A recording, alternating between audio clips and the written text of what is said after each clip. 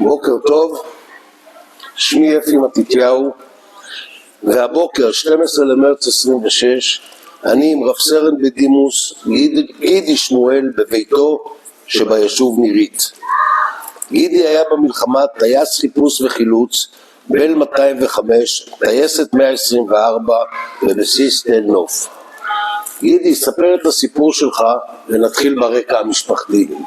בוקר טוב, אני גידי שמואל, יליד 1950, נולדתי כשגרנו ביוקנעם. הוריי היו זוג צעיר, הייתה לי אחות בשנתיים מבוגרת ממני, לימים נולדה עוד אחות.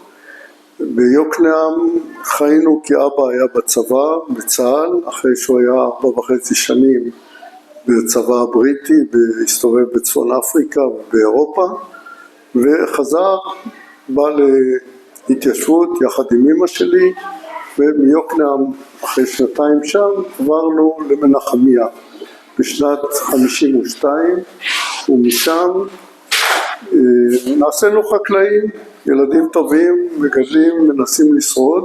אחרי כמה שנים של חמסינים נוראים במנחמיה, כי זה צפון בקעת בית שאן, עברנו לגל השומרון, היה יישוב יותר ותיק שהוקם בשנת 36 עם הרבה יקים והרבה אוהבי אספרגוס שגידלנו באותו זמן, ואני כמובן הייתי המשווק של האספרגוס בצעירותי.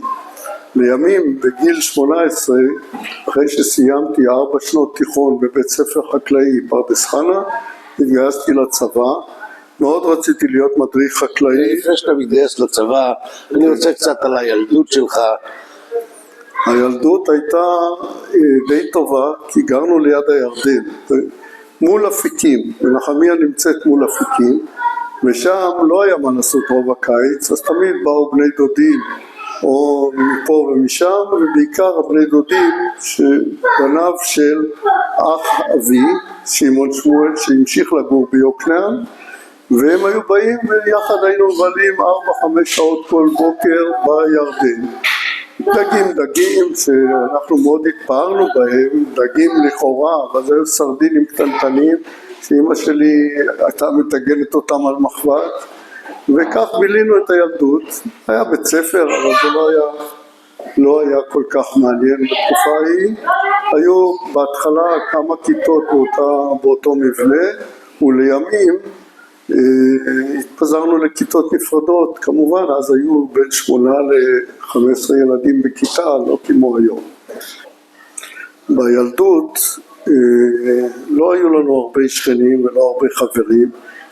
כל חבורה בקצה של הרחוב שלנו היו פחות מ10 ילדים, חלק ממוצא צרפתי, חלק ממוצא גרמני, חלק ממוצא אחר כזה או אחר, והיינו מעט ילדים בני גילים שונים, חברים מכיתה פחות, 2 כיתות פחות, כיתה יותר, 2 יותר, ועם שאר היישובים בסביבה לא היה שום קשר, כי אוטובוס היה פעם ביום בבוקר ולפעמים גם פעם בערב, הנוסע דרך גשר, מעפולה דרך גשר, ומגיע אלינו ואז ממשיך לטבריה, ובערב חוזר כנראה. כמעט לא היה קשר עם אף אחד בסביבה, חוץ אנחנו ועצמנו והמשפחה פה ושם שהם באו אלינו, ואנחנו נסענו אליהם. מה זה היה מנחמיה באותו זמן? היישוב מנחמיה היא הייתה מושבה, אחת מהמושבות הראשונות בארץ. היא קמה, הייתה בנויה באבנים ישנות עם כמה מתיישבים ותיקים, ביניהם 2 משפחות ותיקות מאוד, שליטה ובן צבי. שליטה זכורה מבני שליטה שלימים נבחר להיות חבר כנסת, ומשפחת שליטה, 2 משפחות שרבו ביניהם קצת על השליטה ביישוב ועל קביעת הכללים. לימים קיבלו הרבה עולים חדשים, הייתה מעין מעברה שכאשר התבססה קצת, מי שממש התבסס מיד עזב, מי שהתבסס קצת נשאר עד שהתבסס יותר. רק בשנים הרבה יותר מאוחרות, אחרי שעזבנו, קמה שם ממש מושבה לתפארת עם מתנ"ס ותרבות וכל מה שצריך. אחד הסיפורי ילדות הידועים, זה דוד שלי מיוקנעם, הוא רצה לבקר אצלנו, והוא היה מין כזה איש עם הומור, הוא שלח גלויה שראו שמש, והוא צועק, מהמקום שהאוטובוס חנה בו, רחוק מהכניסה ליישוב, היו בערך 2 קילומטר הליכה עד הבית שלנו, שהיה בקצה היישוב כמעט. ואז הדוד שלח גלויה שהוא התכוון שבזריחה הוא מגיע עם האוטובוס, הוא כתב אמנם את השעה, אבל לא אם זה בוקר או ערב, וזהו. עכשיו הדוד היה איש טוב, היו לו ברברים בחצר, זה מין ברבור כזה מוזר שמלכלך את כל החצר ותנחשו מה, ואוכלים אותו מדי פעם או את הביצים שהוא מטיל. אז הדוד הביא איזה 2-3 כאלה כדי שיתרבו אצלנו, הוא הביא אותם בקופסת קרטון גדולה והגיע בבוקר. אבל אבא שלי הבין, הוא ראה את השמש ואת הזה, הבין שזה משקיע, הוא בא לאוטובוס של הערב, תארו לכם את הדוד הולך עם הברברים בקופסת קרטון שחרבנו שם בלי סוף, וזה התחיל לזול בכל הכיוונים, בסוף הוא הגיע איכשהו עם הברברים, אבל זה לא היה מחזה מרהיב. זה עוד סיפור ילדות ידוע שהם מספרים לנכדים, זו מורשת משפחתית. הבן דוד רוני שאהב לאכול ולהיות חוצפן, לימים נהיה כמובן מג"ד בצנחנים, אבל אז הוא עוד היה נער שובב, הוא אכל אבטיח, בקיץ אוכלים אבטיח, הוא אכל אותו בקולי קולות, ואבא שלי שם מבית יקי מסודר, ביקש ממנו לאכול באדיבות, בלי קולות, וכמובן הוא המשיך וזה, בסוף אבא שלי יושיב אותו עם האבטיח על המדרגות בכניסה לבית, ומאז זה סיפור מורשת משפחתי שמחנך את כולם לאכול בשקט ויפה. זהו, בעיקר סיפורי הילדות הם כאלה. אגב, אמא שלי עלתה בגיל 8 לארץ, בשנת 34, יחד עם עוד 6 אחיות שהיו לה אז, לימים נולדה עוד אחת, ואז הם היו 8 בסך הכל. הם עלו בשנת 34 מגרמניה, כאשר במשפחה הבינו שהולך להיות לא טוב בגרמניה.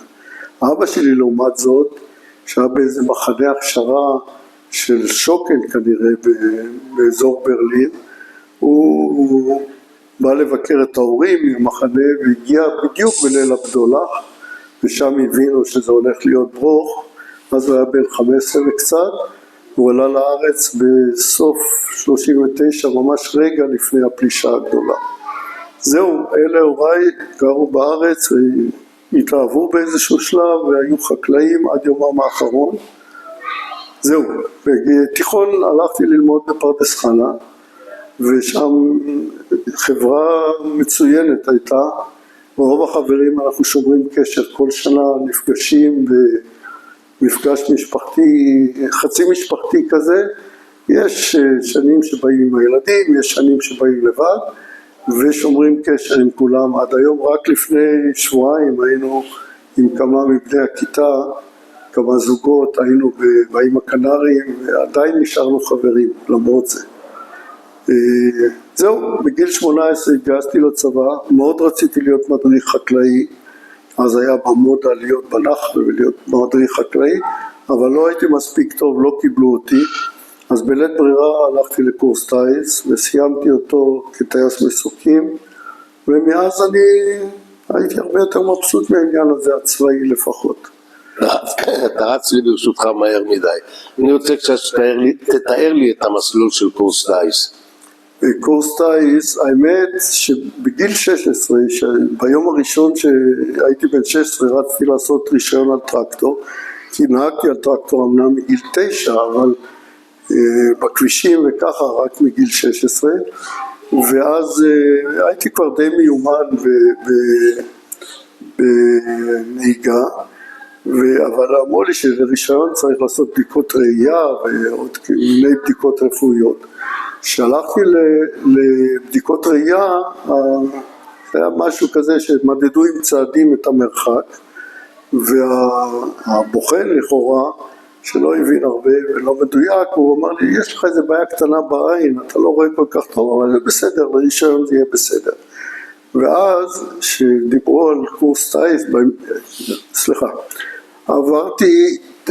באתי לטסט על הטרקטור בחדרה, ובאנו עם אבא שלי נהג בטרקטור, אני ישבתי על הכנף, הגענו לשם, חנינו על יד משרד הרישוי, ושם שהגיע תורי, הבוחן ראה את הטרקטור, אמר לך תחנה, שמאחוריי עמד עוד איזה רכב, לך תחנה מאחריו.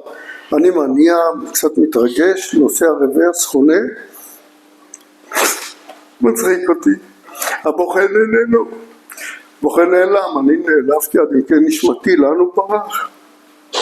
מה לא עשיתי טוב? אמרו לי הכל בסדר, עברת. זהו, מאז נרגעתי, אבל לקורס טייס שזומנתי, ידעתי שאני לא אצליח כי העין שלי לא טובה, ולכן לקחתי בקלות, אמרתי טוב, נעשה את הבדיקות, עברתי את כל הבדיקות ובסדר, אמרתי טוב, זה עד שיגלו שהעין לא טובה, אז יעבור זמן, ובינתיים נהנה, למה לרוץ בשטחים, למרות שרציתי להיות צנחן בתקופה הזו, לאור העובדה שבן דודי שלחם במלחמת יום כיפור היה הבן דוד הגיבור, זה אותו אחד שדיברנו עליו קודם עם האבטיח, ואז באתי לקורס, לא התרגשתי ולא לקחתי ללב כל כך, כי היה לי ברור שבאיזשהו שלב יגלו שהעין לא טובה ואני אעוף, וככה בלית ברירה גמרתי את הקורס, לא שמו לב לכלום, הייתי במגבלות ונעשיתי טייס בכיף, ממש נהניתי מכל התקופה הזו, ויצא כך שאת הקורס סיימתי בשנת 70, ביולי. יש חוויות מיוחדות מהקורס? יש לך חוויות מיוחדות? יש המון חוויות. את הקורס סיימתי בשנת 70, ואז הייתי בטייסת בלים, עשינו הסבה, ואחרי תקופה עשינו טייסים קרביים ממש. זו הייתה תקופה הכי יפה של מרדפים, וממש בתקופה של מרדפים בבקעה ומיני דברים, אבל בסוף התקופה מינו אותנו ושלחו אותי לסופר פלונים, מה שהיה מאוד אכזבה כי הם לא השתתפו ביומיום בדברים מעניינים מדי, למרות זה שרדתי שם גם. ואפרופו בעניין הקורס, בקורס היינו בתקופה שבקורס שלי היו המון קיבוצניקים, וזו הייתה תקופה של מלחמת התשה, כל יום נהרגו כמה חיילים בתעלה בעיקר מהפגזות ופעולות, וכל החברים מהקורס, זה חבר שלו מהקיבוץ נפל, וזה חבר מקיבוץ שכן נפל, זו הייתה תקופה נוראית. אבל ניסינו איכשהו למרות זה לשרוד ולשכוח מכל הצרות מסביב, אבל זה היה מעיק מאוד. לימים ביקרנו על גדת התעלה, וזה נראה כאילו המכשול הכי בטוח שיגן על המדינה והכל יהיה טוב, אבל מסתבר שלא ככה, זה כולכם יודעים. חוויות מיוחדות מהקורס היה מקרה אחד שלא נדבר שמות, אבל במסע רעב במדבר התעורר אחד החברים בחוליה שלנו ואמר, גנבו לי את האוכל המרוכז, זה היה מין חלב מרוכז כזה שאמור לתת אנרגיה ולא בעצם למלא את הבטן, נעלם לי. ואז מסתבר שהיה אחד החבר'ה שלקח את זה כאילו בטעות, ואפילו הציע למי שהיה ער באותו רגע ביס מפה ביס משם. לימים חזרנו, לא לימים, בסוף המסע הזה חזרנו, ואז הוא התלונן אצל המדריכים והחליטו לעשות בירור, מאחר וידעו מי זה האיש, אז היו דברים בעדו, היו דברים נגדו, ומכל הקורס שהיינו המוני אנשים, מכל הקורס כולם היו בעד להדיח אותו, לזרוק אותו לכלא, היה אחד ויחיד, קיבוצניק טוב, נשמה טובה, שאמר רוצה לתת לו צ'אנס. בגלל קשרים משפחתיים ופרוטקציות, אחרי שנתיים אחרי שנה וחצי שהוא היה בכל מיני מקומות שאליהם איכשהו הוא הצליח להתגנב, אז אותו בחור שגנבו לו את המזון המרוכז הסתבך באיזה עבירה צבאית, שכמובן נודעה לאותו אחד שלקח את המנה, ולא הודע בזה אגב עד היום, והוא אמר, הנה אתם רואים, הוא שקרן והפליל אותי. ואז החזירו אותו לקורס, לימים הוא גמר, הוא היה טייס מצוין, הוא גמר קורס טייס והתקדם אפילו בסולם הדרגות בצבא. אז לא נזכיר שמות. לא, בלי שמות. הקורס היה לך קשה או שהטיסה באה לך בטבעיות? הקורס היה לי קל גם כי יש לי חוש טכני טוב מאוד, גם כי לא לקחתי את זה ברצינות, ידעתי שאוטוטו יגלו שאני לא מתאים והכל בסדר, אז ממש לקחתי די באדישות, גם בלימודים לא הקדשתי יותר מדי מאמץ, כי בשביל מה ללמוד פיזיקה וכל מיני דברים שלא רלוונטי לצנחנים, אבל איכשהו זה עבר בשלום הכל, ואני חושב שבסופו של דבר הייתי אפילו טייס טוב, לגמרי טוב, וגם כטייס משנה, וזה יעידו חבריי, וגם כקברניט בהמשך. זהו, בשנת, אחרי תקופה או שתיים, ב-124, עברתי לסופרפלון, שזה היה משעמם עד מוות. אז היו שם מנועים גרועים, וכל טיסה כמעט הייתה תקלה, עד שאחרי כמה שנים החליפו את המנועים למנועים אמריקאים, שגם עשו בעיות, אבל היו יותר אמינים, ובתקופה הזו כולנו רצינו איכשהו לעבור למקום אחר. ופתאום הייתה שמועה בסוף אחת התקופות, שהייתה כנראה בסוף 72, והייתה שמועה שאחד מהצעירים, שהיינו איזה 6-7 צעירים, אחד עובר לחזרה ל-124. ובראיון סוף תקופה עם מפקד טייסת, שמאוד העריך אותי, למרות שהוא גילה לי את זה רק אחרי שעזבתי את הטייסת, ביקשתי ממנו לעבור, ומסתבר שכולם ביקשו, כי כולם רצו, אבל לא היה להם כל כך אומץ. אני ביקשתי גלויות, אמרתי לו, לא טוב לי פה, אני רוצה לעבור. ואז למרבה הפלא הוא אמר לי, אין בעיות, תגיד, בתקופה הבאה ננסה. ואכן בתקופה הבאה, בתחילת 73, עברתי חזרה לבלים, ונעשיתי קברניט, ואת המלחמה ביליתי בכיף, יחסית, כמה שאפשר בכיף, בחילוצים, הייתי בכל הזירות, מג'בל עתקה והחרמון הסורי, כל הזירות הקיצוניות ביותר, והיה פשוט תקופה כיפית. שלא לדבר על האגפים שעשינו לפני המלחמה ואחריה, והייתי באיטירן בטיסה, הייתי בסנטה קטרינה בכל הערים הגבוהים, בחרמון, לימים גם טסתי עם ועדת החוץ והביטחון במלחמת שלום הגליל עד ביירות, עד כביש ביירות דמשק וג'זין וכל המקומות היפים במזרח התיכון. חזרה, כן? הזכרת שני סוגי מטוסים, הבל והסופרפלון. כן. למי שלא מבין או לא מכיר, מה זה המטוס הזה, או המסוק הזה, ומה זה המסוק הזה, מה ההבדל ביניהם? הבל 205 היה מסוק חד מנועי, שעליו עשינו את ההסבה בזמנו עם מנועים L11 משהו שהיו נכנסים לרעידות, אבל בסך הכל זה היה מסוק חביב, אם ידעת להתנהג איתו ולא להעמיס עליו יותר מדי זה היה טוב. מה היה הייעוד שלו? הייעוד שלו היה קודם כל לימוד ואימון ולהטסת מפקדים והטסת לוחמים, מעט אמנם, 7-8, אבל להקפצות קטנות או למשימות מיוחדות וחילוץ פצועים. היה אפשר לסדר בתוכו בכמה סידורים שונים, או 3 אלונקות או 6, וזה עיקר הייעוד שלנו היה במלחמת יום כיפור, חילוץ פצועים מכל הזירות, תכף אספר על מלחמת יום כיפור. לימים הגיע מסוק יותר חזק, החליפו לו את המנוע ל-L13 שהיה יותר חזק ויותר אמין. יותר מאוחר הביאו בל 212, זה כבר במילואים אחר כך, הביאו בל 212 שהיה עם שני מנועים, לא חזקים מספיק אבל היה יותר אמין. כשעברתי לסופר פלון זה היה מטוס חיפוש והצלה ימי צרפתי, שגם היו לו מנועים ישנים, והוא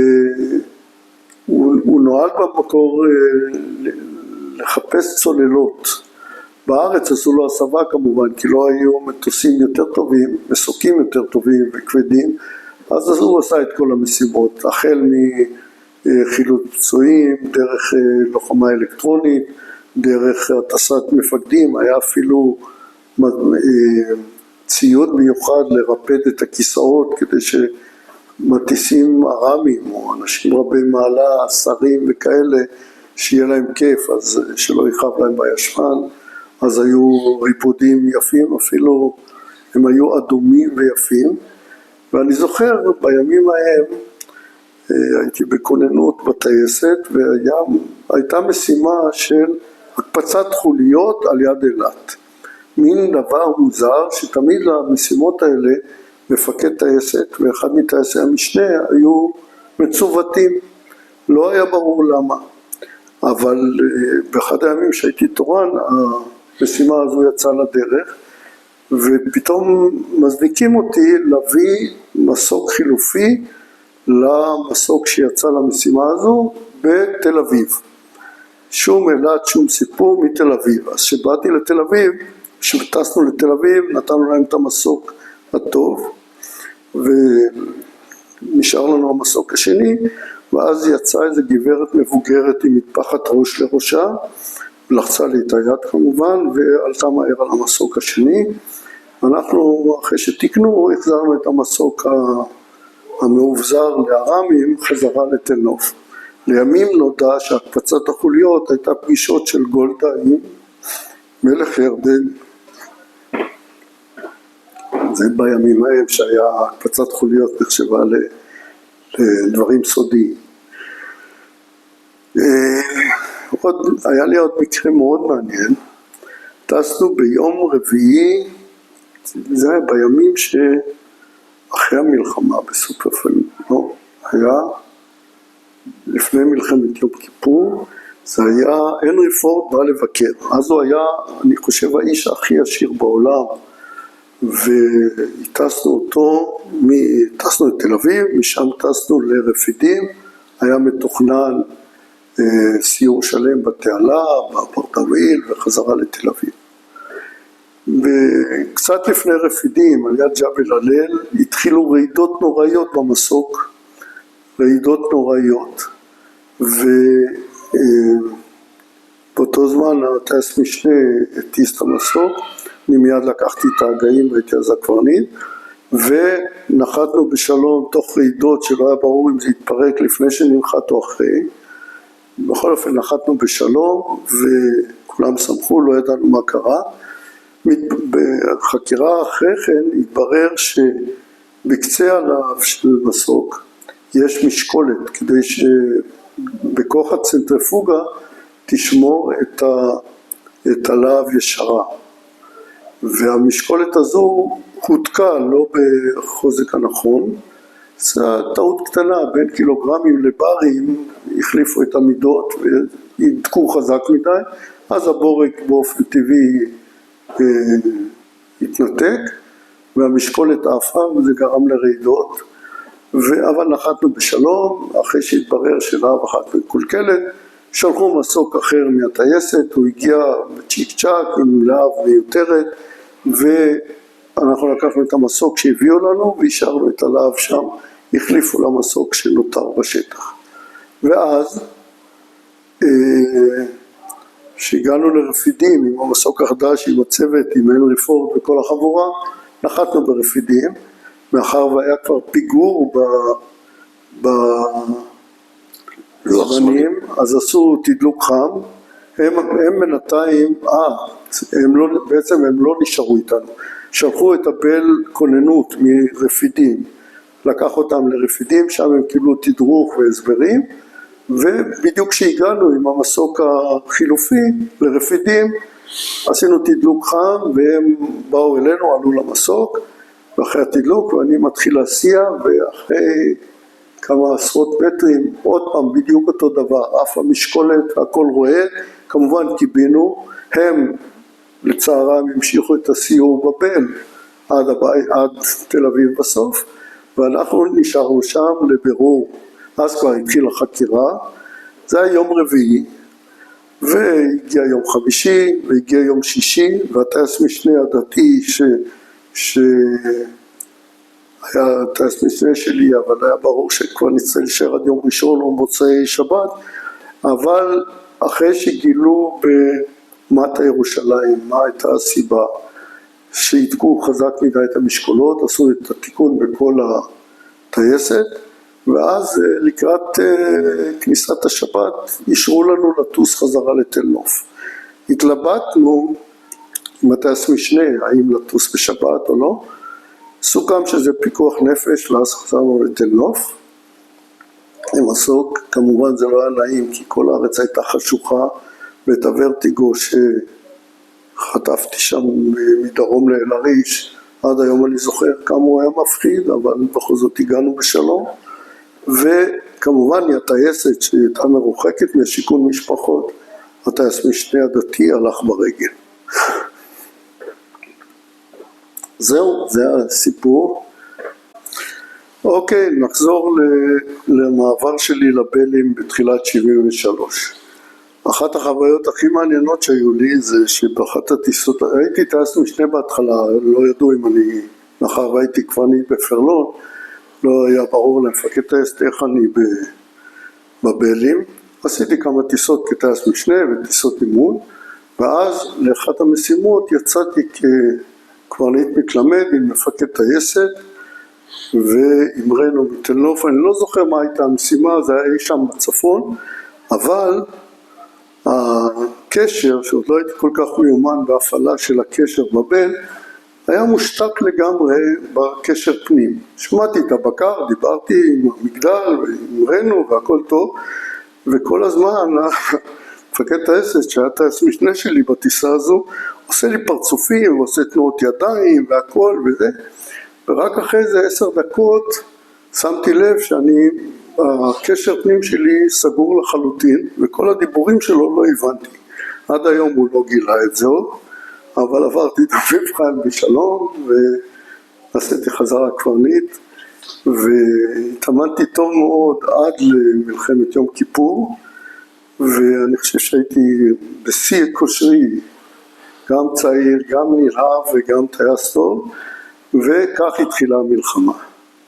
זה היה ביום שישי שהתחילה כוננות, כבר ידעו שאולי יהיה משהו, אז הזמינו את כולם לבסיס, וחבר'ה צעירים, שמחים וכותבים, אולי תהיה מלחמה, אולי יהיה כיף וזה.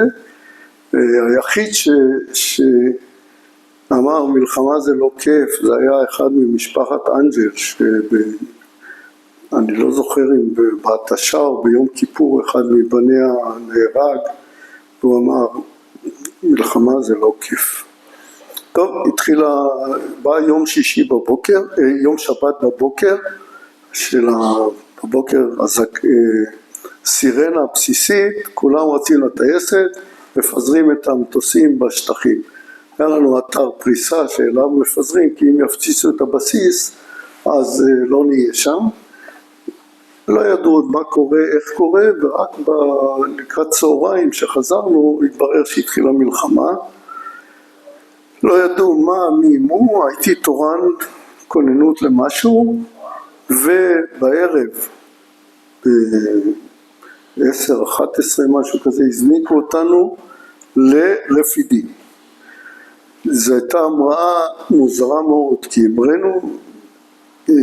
אמרתי מהטייסת, ולא הייתי רגיל לזה, כל הארץ תמיד מוארת, רואים את גדרה, רואים את אשדוד, את כל הערים, והרי חושך מוחלט, ההפעלה מוחלטת, מבריאים, ושום דבר, לקח כמה דקות עד שהבנו שזה ההפעלה וצריך לטוס לפי ניווט אמיתי, לא לפי יישובים. עוד אנחנו טסים, ביקשו שננחת בבאר שבע, במנחת של בית החולים, לקחת דמים. למה צריך דמים? כנראה שיש פצועים. אוקיי, נחתנו, לקחנו והמשכנו, והגענו לרפידים, ופה פגשתי את המלחמה. הגענו למפיק, הפינה אחת של המפיק הייתה מונמכת ב2-3 מטרים, שם פגע איזה משהו, או הפצצה אווירית או משהו כזה, והיו שברי מתכת מסביב, ואחת מהפקידות הייתה לה שריטה ביד, זה היה תוצאות של ההתקפה הזו. ואז סיפרו לנו קצת, לא ידעו, אף אחד לא ידע בדיוק מה קורה, אבל סיפרו שיש צרות ויורים ויש פצועים. מאותו רגע התחלנו לחלט פצועים מטסה, מבלוזה, מכל הסביבה, ובשלב מסוים אחרי כמה שעות הלכנו לנוח. למחרת הזניקו אותנו לאזור שבין כביש טסה בלוזה לתעלה, ואנחנו טסים לחפש איזה טייס נוטש. עד היום אני לא יודע מי זה היה, יכול להיות שזה היה איש הקצירי שנפל בשבי המצרי, וגם סיפור החילוץ שלו היה די מורכב, או ניסיונות החילוץ שלו, נהרגו שם 2 קצינים נדמה לי. בכל אופן אנחנו מחפשים, ופתאום אני רואה, שומע ממזרח לנו כל מיני בומים, ורואה שעל ידינו יש כל מיני פיצוצים, והפיצוצים כאילו עוקבים אחרינו. אני טס צפונה, הם מתקרבים, אני טס דרומה, הם מתקרבים, אז החלטנו לברוח קצת מזרחה, ושם ראינו תותחי 160 מילימטר כאלה יורים לכיוון מערב. על מי, על מה, הם גם לא ידעו בדיוק. נחתנו לידם, שאלנו אם ראו טייס או נטישה, לא ראו כלום.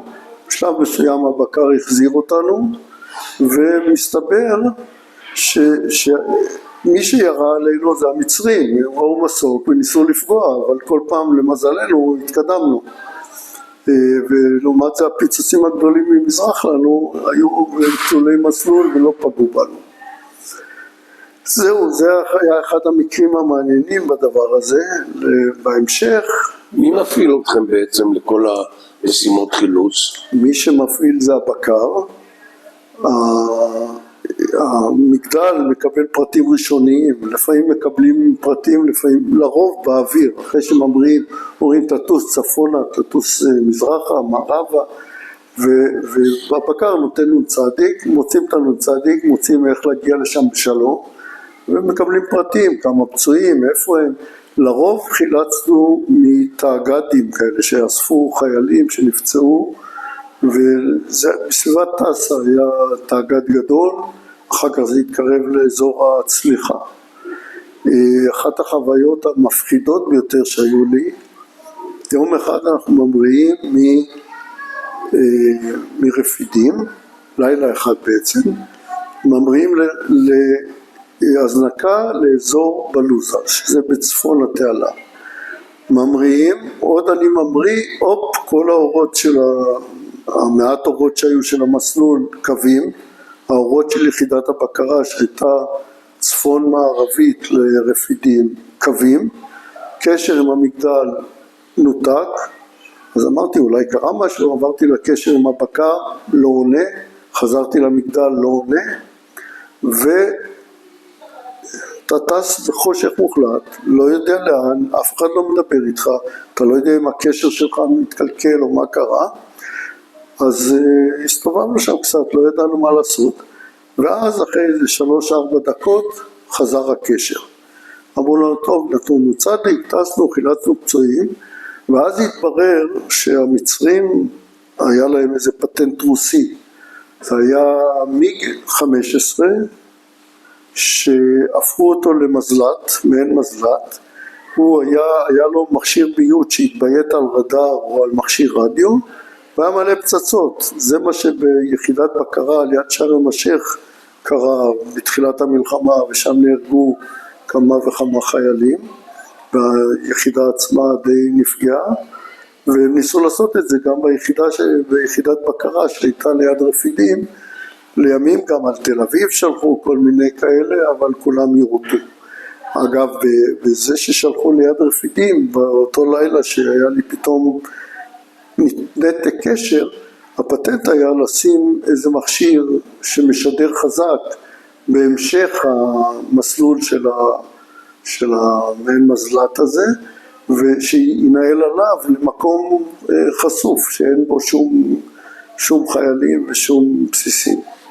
זהו עוד מקרה מאוד מאוד מבהיל.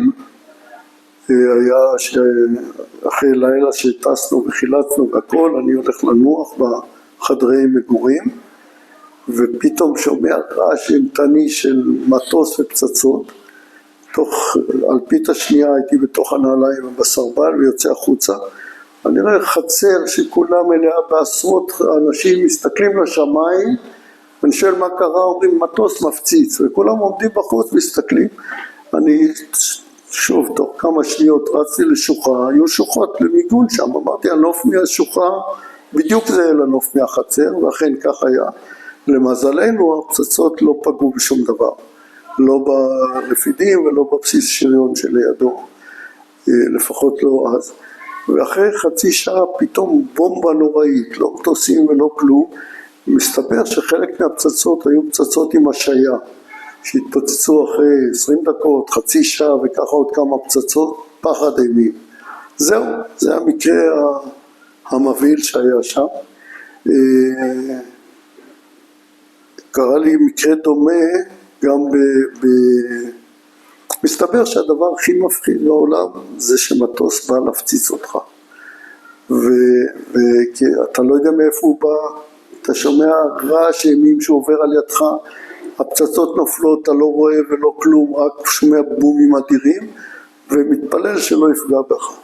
היה לי עוד מקרה דומה ששלחו איזה טייסת סורית, הלכנו לחלץ מישהו מרמת הגולן בהמשך המלחמה, ושם גם שלחו איזה כמה מטוסים, כמה מיגים, למזלי המראז'ים ניצחו, גם בפעם הזו. בהמשך המלחמה, אחרי שהייתה חצייה של התעלה, היו 3 ראשים, צפוני, מרכזי ודרומי, וזה הכוונה באופן יחסי לאזור הצליחה. והיה לי הכבוד להטיס את שר הביטחון אז דיין, לבקר בשלושת ראשי החץ האלה. עברנו את התעלה, דבר טיפשי לגמרי שהיה, אז מסתבר שכל אותות הקריאה שהיו בצה"ל, לפחות בגזרה הדרומית, נפלו בידי המצרים והרוסים ביום הראשון. כולם ידעו את הכל, אבל לא היו מספיק חכמים להחליף אותם. היה נוהל, פעם היו מחליפים כל חודש או משהו, לא החליפו אותם, ואנחנו טסים מתל אביב, כל המזרח התיכון יודע שדיין מהמסוק שלי, ואנחנו חוצים את התעלה, ואני חושב ששלחו, אז היה איזו שיטה לזרוק חביות נפט על חיילים. ממסוקים מצרים מנסים לפוצץ את החיילים, כמו פצצת נפלם, אבל ממסוק, לא יודע מי המציא את זה, היה משהו גאוני. בכל אופן, כנראה שלחו, ניסו לתפוס אותנו עם חבית כזו, לא הצליחו, ואנחנו טסים, עוברים את החצייה וטסים צפונה,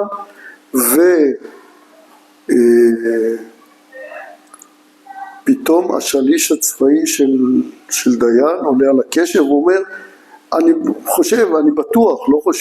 בטוח שעברנו את הקווים, אנחנו מעל שטח אויב, מהר. טוב, אם יש ספק, אין ספק. הסתובבנו, אני חוזר חזרה, וטייס משנה שהיה על הקשר שלו, הוא היה כבר בקשר עם כוחות הקרקע, שלא, השליש הצבאי של דיין לא היה מעודכן במיקום שלהם עד כמה הם התקדמו צפונה.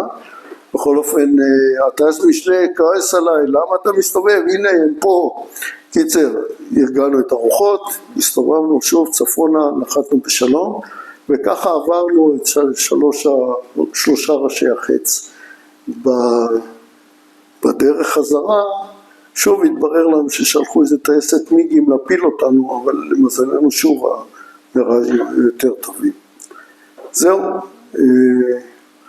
דבר אחד הכי מרגש שהיה לי, ועצוב, התחלתי את המלחמה,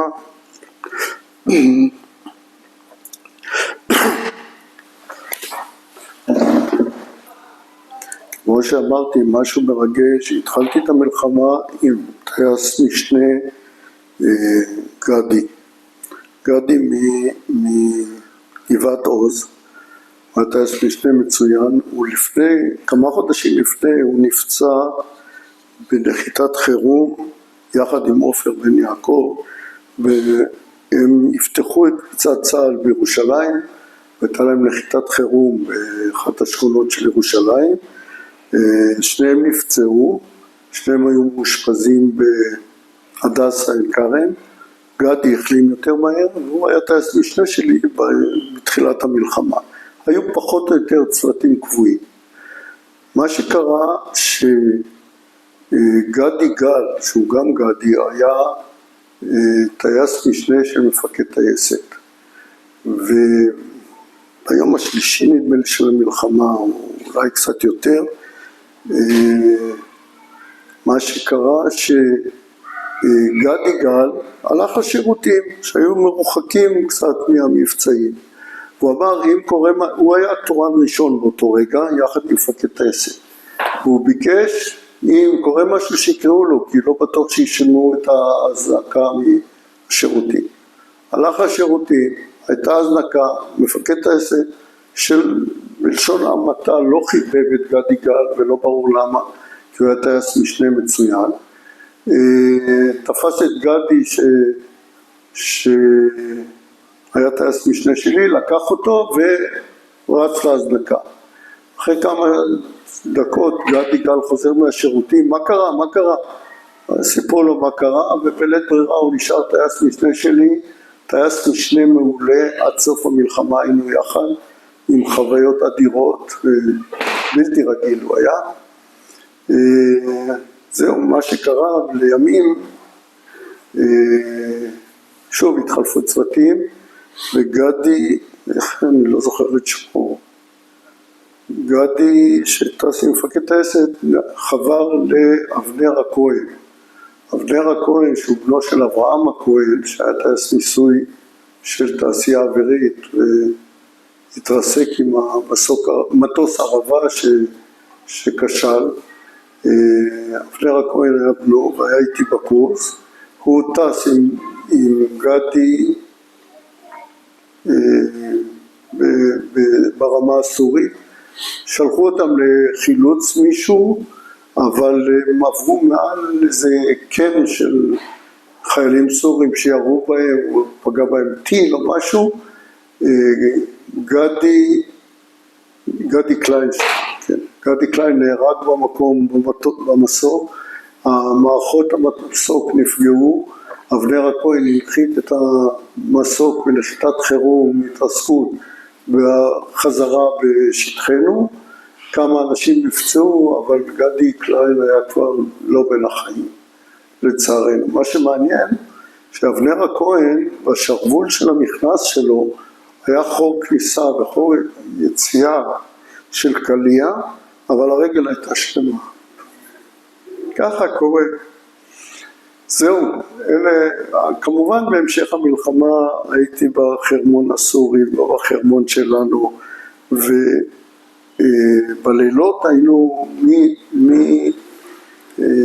ממחניים, עשינו כוננויות במחניים, בלילות היינו עושים חילוצים מאזור הסורי ברמה, בהמשך הרמה, בדרך לדמשק. הכביש קונטרה דמשק היה אבן דרך שלנו, שם בלילות חשוכים ראינו את הכביש. מה שקרה אחרי כמה לילות שטסנו שם בלי סוף לחילוצים, קרה שטסנו ביום, היה איזה חילוץ יום, ואז ראיתי בצידי הכביש איזה אנטנות גבוהות, איזה חוטי חשמל גבוהים, רק בנס לא לקחנו אותם איתנו, הם לקחו אותנו איתם. עד כדי כך שטסנו שם נורא נמוך פשוט, מתחת לגובה כל המכשולים, והכל עבר בשלום, אולי במזל.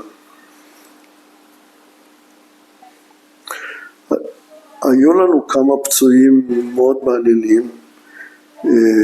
אחד הפצועים היה כנראה מפקד טנק, שהוא היה בתנועה, כנראה החזיק איזה כלי נשק מחוץ לצריח, ואז פגע בו משהו ששרף לו כנראה את כל האור החיצוני, ואז הוא נשאר בתנוחה, מין תנוחה כזו, כמו גיטריסט, קראנו לו הגיטריסט.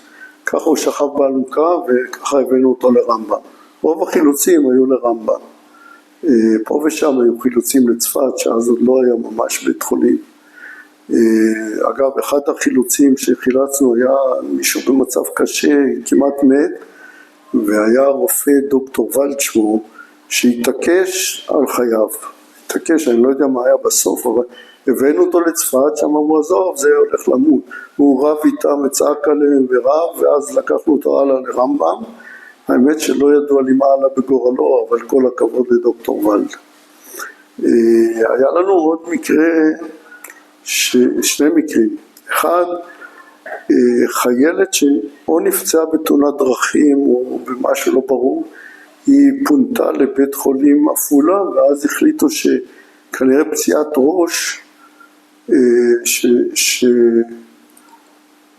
שצריך להגיע לרמב"ם, כי בעפולה אז כנראה לא היה טיפול בפציעות ראש, ואז נחתנו בעפולה, לקחנו אותה משם לרמב"ם. מה שאני זוכר עד היום, כמה שזה הרשים אותי אז, החיילת, אני לא יודע למה, כנראה שלא כיסו אותה טוב, והחלק גוף העליון שלה היה צח וטהור ויפהפה, והפנים היו מחוצות. זה היה משהו שלא אשכח אף פעם. לעומת זה היה מקרה אחר, חילצנו מהרמה, היו 3 אלונקות, והפצוע מלמטה צרח, נשפך עלי דם, אוי ובוי, נשפך עלי דם, אני לא יכול. היינו בטוחים שהוא בטראומה מהפציעה, ורק שנחתנו ברמב"ם, והתחילו להוריד את האלונקות, אני לא זוכר באיזה סדר, אבל שהורידו את האלונקה שהייתה למעלה, והאלונקות היו עשויות מברזנט מוזר, ברגע שהיטו אותה, נשפכו איזה 2 ליטר דם מתוך האלונקה החוצה. מסתבר שהפצוע למעלה הייתה לו רגל מרוסקת, כף הרגל הייתה ב-180 מעלות למצב הרגיל שלה, ממש הייתה מרוסקת, והאדם זרק שם, לא עשו חוסם טוב, גם אני לא יודע מה עלה בגורלו, אבל זה היה מאוד לא נעים. זהו, את יום ההולדת שלי ב-12 לעשירי, שזה היה באמצע המלחמה, חגגתי על כיסא גלגלים. למה כיסא גלגלים? כי עד שהרופאים ליוו את הפצועים, ועד שהם חזרו, ועד שזה ישבנו ונחנו בכיסאות גלגלים. זהו. מסתיימת המלחמה? המלחמה מסתיימת, לא מסתיימת. המלחמה נמשכת עד אינסוף עם צו 8 ועם כל זה. אז הייתי צריך להשתחרר בעצם באמצע המלחמה, ואז לא יודעים מה יהיה ואיך יהיה, אבל כוננויות בלי סוף, ולא יודעים, ללכת לאוניברסיטה, להישאר בצבא, מה לעשות. סופו של דבר החלטתי לחתום קבע כדי להיות בטוח מה קורה איתי, וחתמתי עוד 1.5 שנה בערך, הלכתי לבית הספר, נהייתי מדריך, ורק אחרי עוד 1.5 שנה השתחררתי מהצבא, וכמובן עשיתי מילואים עד אינסוף, עד שסגרו את הטייסת. אבל אז כבר הייתי חזרה ב-114 בטיסות מעניינות, ב-114 אחת הטיסות המעניינות ביותר, אם דיברנו על רענן אלרן, הייתי טייס משנה שלו, וטסנו 3 מסוקים למשימת ל"א לאיתור סוללות טילים. זה היה בתקופה בעצם לפני מלחמת יום כיפור. בערב ראש השנה זה היה, טסנו באזור התעלה, מזרחית לתעלה, וסטרטו קרוזר בגובה 30,000 עשה צילום של לא יודע מה בעצם, צילם, ואז טיל SA-2 פגע בסטרטו, ושמענו צעקות בקשר והכל. היחיד שהבין מה קורה לפני כולם זה היה עופר בן פרץ, שהוא צעק לכולם לחסום, לא ידענו על מה הוא מדבר, אבל אנשי למד א' הבינו מה הוא אומר, לא יודע אם הם חסמו. הכוונה הייתה לחסום את הטילים, אבל אז כבר המטוס נפגע, הוא צלל עם החרטום למטה, תוך כדי סחרור איטי, והייתי בטוח, אז עוד לא ידעתי מה היכולות של מטוס תובלה, הייתי בטוח שהוא מנסה להנמיך מהר להתחמק מטילים, אבל כשהוא נתקע בקרקע ועלה בלהבות, התברר שהוא לא יכול להתיישר יותר, בטח לא אחרי שפגע בו טיל. היחיד שהצליח לצלוח מהמטוס הזה היה חנניה גזית, שלימים עבדתי איתו, ופגשנו, הוא גם כמעט נפל ללהבות, כי הוא צנח ממש, אני חושב בגובה פחות מ1,000 רגל, כמעט נפל לאש, אבל ואז אחד היסורים שגם היה בסביבה חילץ אותו, ונפגשנו כולנו ברפידים. הוא היה מבועל ובצדק, והוא ראה את כל חבריו שם מתרסקים ונשרפים. אז היו עוד חוויות קשות וקלות, כל מיני, אבל זה העיקר. אתה משתחרר מקבע, באיזה שנה זה היה? השתחררתי ב-75. ומה אתה הולך לעשות? קודם כל להירגע. היה להוריי אז עוד משק בגן השומרון, באתי ונחתי במשק, קראתי המון, התקופה שקראתי הכי הרבה בימי חיי, ספרים, וביליתי. בבוקר חצי יום הייתי עוזר במשק, כדי בכל זאת להצדיק את קיומי, עוזר להורים, עוזר במשק, וברבים ולילות הייתי מבלה בסביבה ובכלל. היו גם הרבה מילואים. בשלב מסוים החלטתי ללמוד, והלכתי ללמוד בפקולטה לחקלאות. אחת הסיבות שהלכתי לשם, גם כי חקלאות עניינה אותי, וגם כי זה היה קרוב לתל נוף, ששם עשיתי הרבה מילואים.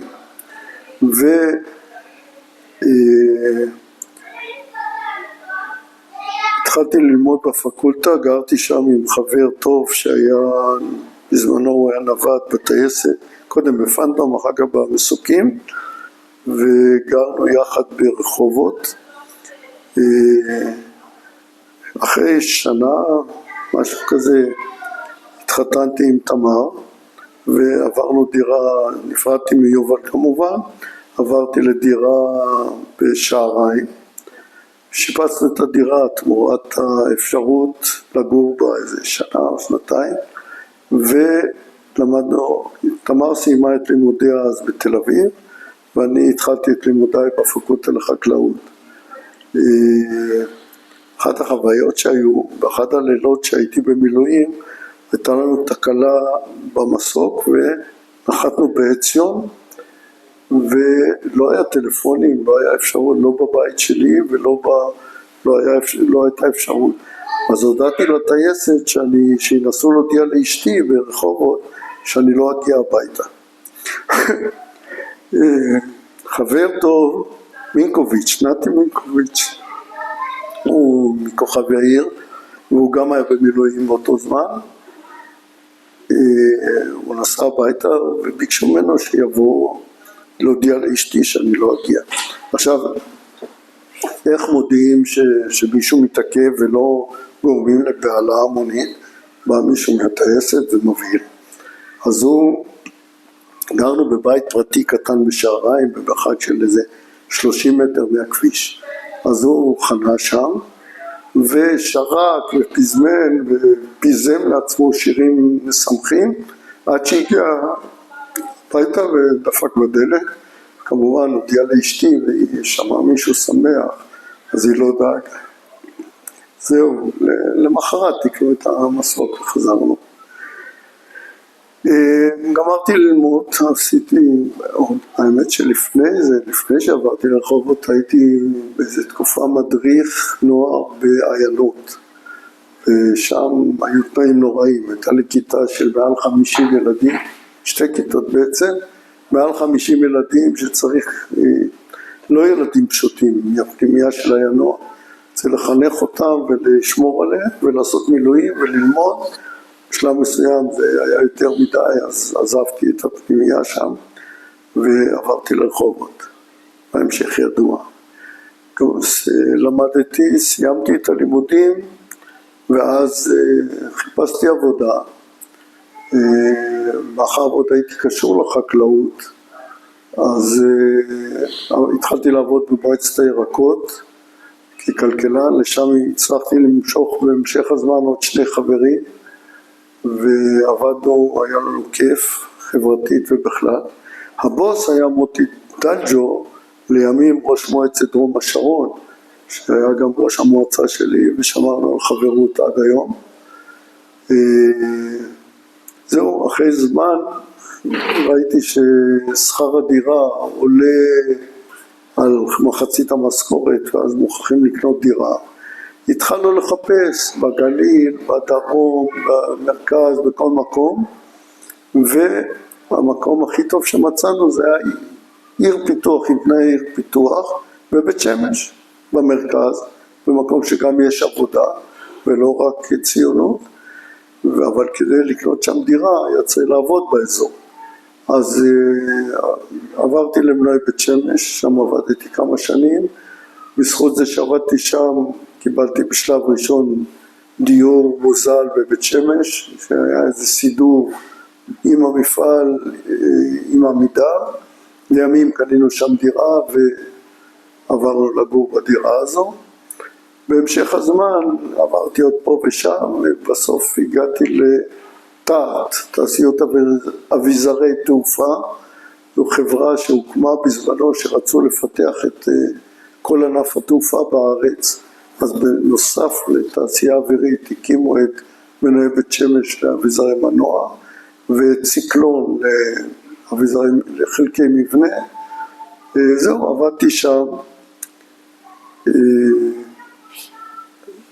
עבדתי שם, כמה וכמה שנים. סליחה, אני מערבב. במנועי בית שמש רצו להוציא מתעשייה אווירית את הקטע של מנועים. זה לא צלח כי היו הרבה התנגדויות ובעיות. לתעת גדרה עברתי ושם היו אביזרים וכל מיני חלקי מכשירים, וגם בזמנו כי רצו להחליש או לפצל את תעשייה אווירית.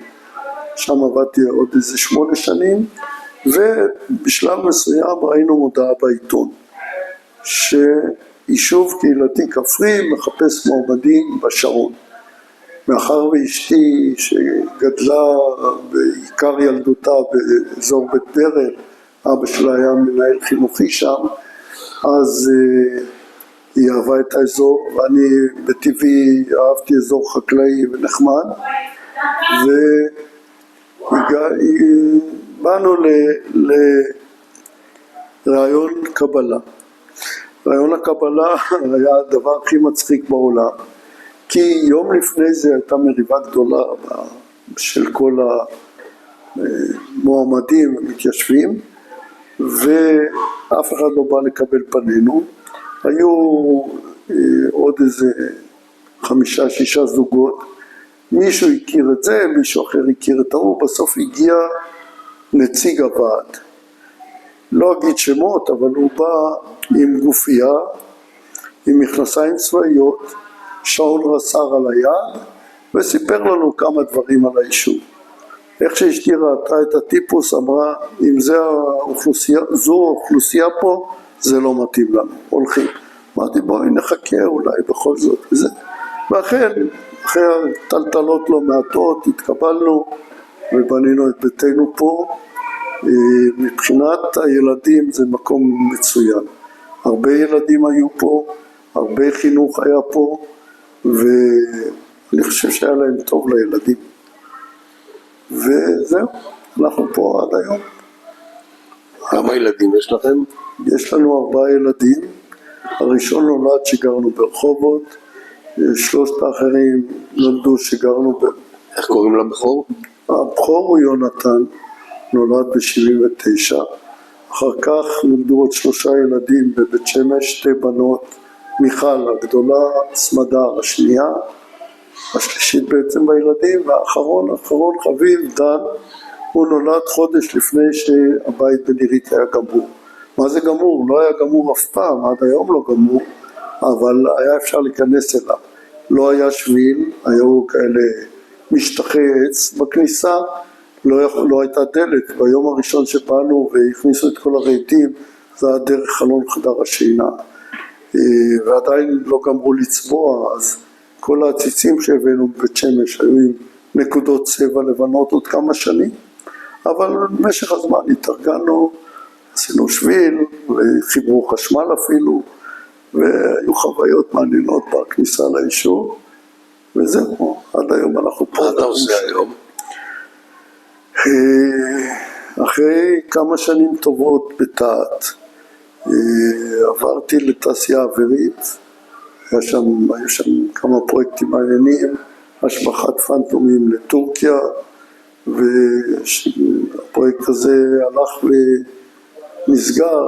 אז מה עשיתי בגיל 50, בגיל שרוב החברים כבר עוזבים את ענף המחשבים, עשיתי הסבה למחשבים, ומאז ועד הפרישה עבדתי בגוף שנתן שירותים מסחריים, שירותי מחשב מסחריים לתעשייה אווירית, בתעשייה האווירית עצמה. ופרשתי בשמחה בגיל 67. כמובן זה לא היה טוב לאשתי שאני יושב בבית וככה והיא עוד עובדת. אז היא שכנעה אותי לחפש עבודה. לצערי לקח רק 2 שבועות ומצאתי עבודה. לכאורה מצוינת, אבל היא הייתה לא כל כך מצוינת. ואחרי 2 שבועות שהייתי שם הבנתי שאני טוב לי לפרוש. ומאז אני פנסיונר יחסית מאושר. מטייל, חיי חברה, מטפל בילדים, נכדים, למרות שאשתי טוענת שצריך יותר, אבל אני די מאושר. חיי חברה טובים, יש פה הרבה שכנים והרבה חברים, פרלמנט כל 2 שבועות, מועדון 55 פלוס למתבגרים שבחבורה, והרבה שכנים וחברים בארץ ובעולם. נהנה ומבסוט. אגב, במשך הזמן עברתי איזה תהליך רפואי או כמה בעניין ההרמונית, והיום אני יועץ לא רשמי, כמו שכתוב, אלברט כהן, גניקולוג, לא מוסמך אבל מוכן להעיף מבט, אז אני יועץ לא מוסמך אבל מייעץ להרבה חברים בענייני הרמונית וטיפול או גישה נוחה לטיפולים רפואיים בעניין. יש כמובן חברים בירושלים, בניו יורק ובכל שאר חלקי הארץ שמתייעצים איתי, אבל אני לא מוסמך, עושה את זה בכיף. גידי, אני רוצה להודות לך על הדברים האלה, ואני מאחל לך בריאות טובה והרבה עניין בפנסיה. תודה, אני מקווה שאכן כך ימשיך להיות. תודה לך.